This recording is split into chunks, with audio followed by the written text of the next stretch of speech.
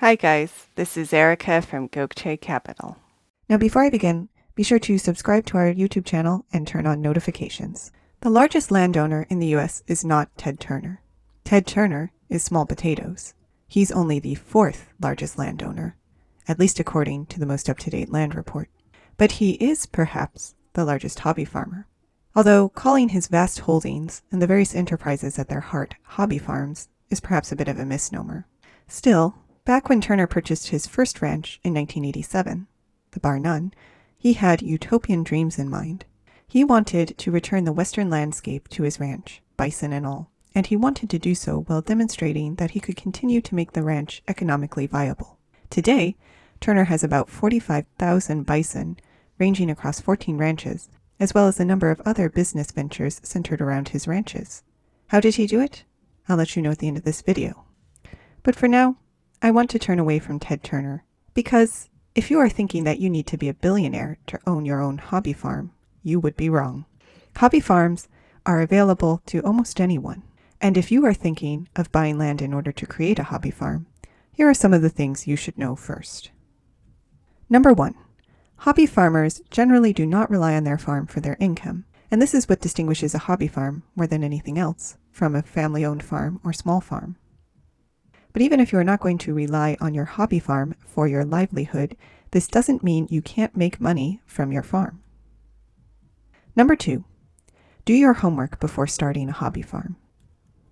A hobby farm is still a farm, and both farms and ranches are complex ventures that require a lot of specialty knowledge. So starting one, even a small hobby farm, should not be something you do on a whim.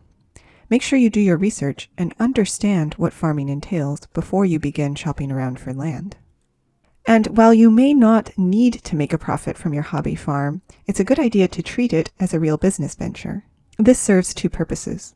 First of all, you won't lose money on the farm, but perhaps more importantly, if you treat your hobby farm as something that needs to create a profit, you are going to be far more serious about doing what is necessary to make it successful.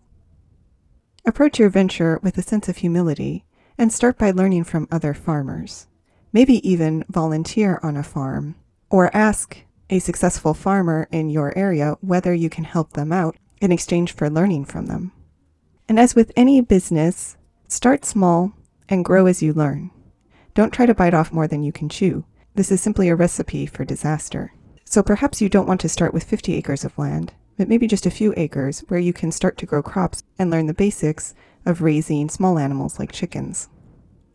In a similar vein, it's a good idea to try and stay away from debt. For any income that you're able to generate at the beginning will go toward paying back the debt rather than building and expanding your farm.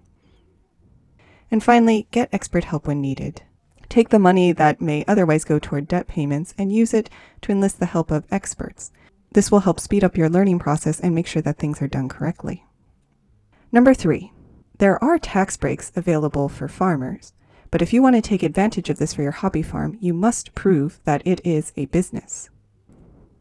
Speak to your accountant about this, but you do need to prove that you are at least trying to make a profit from your farm, and this is done by showing that you have made a profit in 3 of the last 5 years.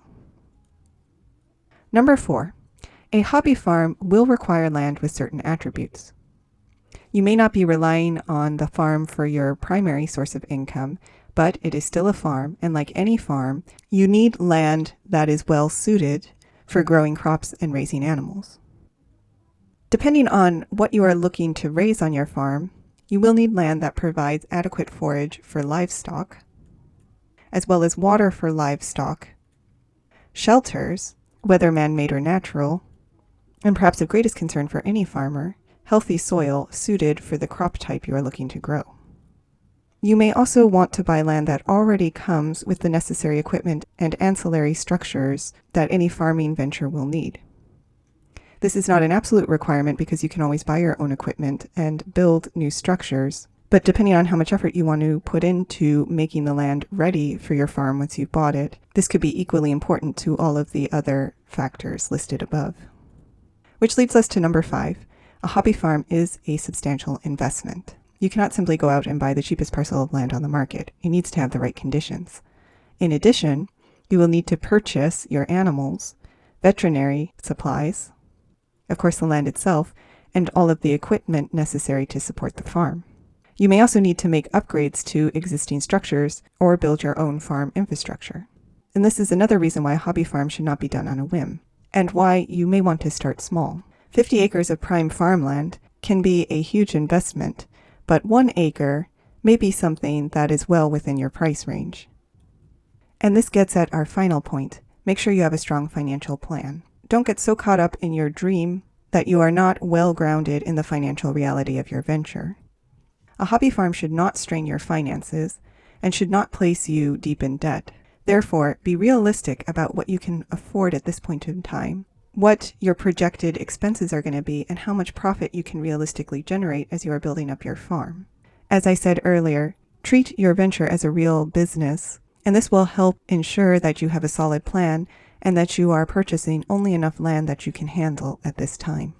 Which brings us back to Ted Turner. He has purchased all of his ranches not as very expensive getaways, but rather as serious enterprises. According to Ted Turner's biographer, Todd Wilkinson, when Ted Turner bought the Flying D Ranch, it was trampled and overrun by too many cattle. The river waters were murky and there wasn't a lot of grass left for wildlife. Today, 5,000 bison live on the ranch and trout crowd the stream. But this ranch is not a simple nature park. Like all of Turner's ranches, it sponsors profit-generating enterprises. Several of his ranches feature luxury resorts, and almost all of them offer hunting, fishing, and ecotourism opportunities. Plus, Turner also opened a series of restaurants. The main fare, bison. While no enterprise is perfect, Turner has tried to find a radical middle ground, one where his conservation goals can operate hand in hand with profit.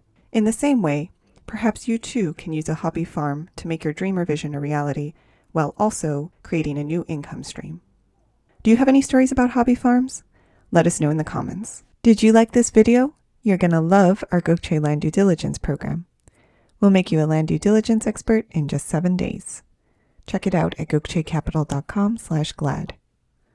And while you're at our website, don't forget to explore our $1 down properties at gokcecapital.com/listings. Finally, don't hesitate to reach out with any questions. You can email, call, or text, and we will respond as soon as possible. So thank you for listening, and more to come.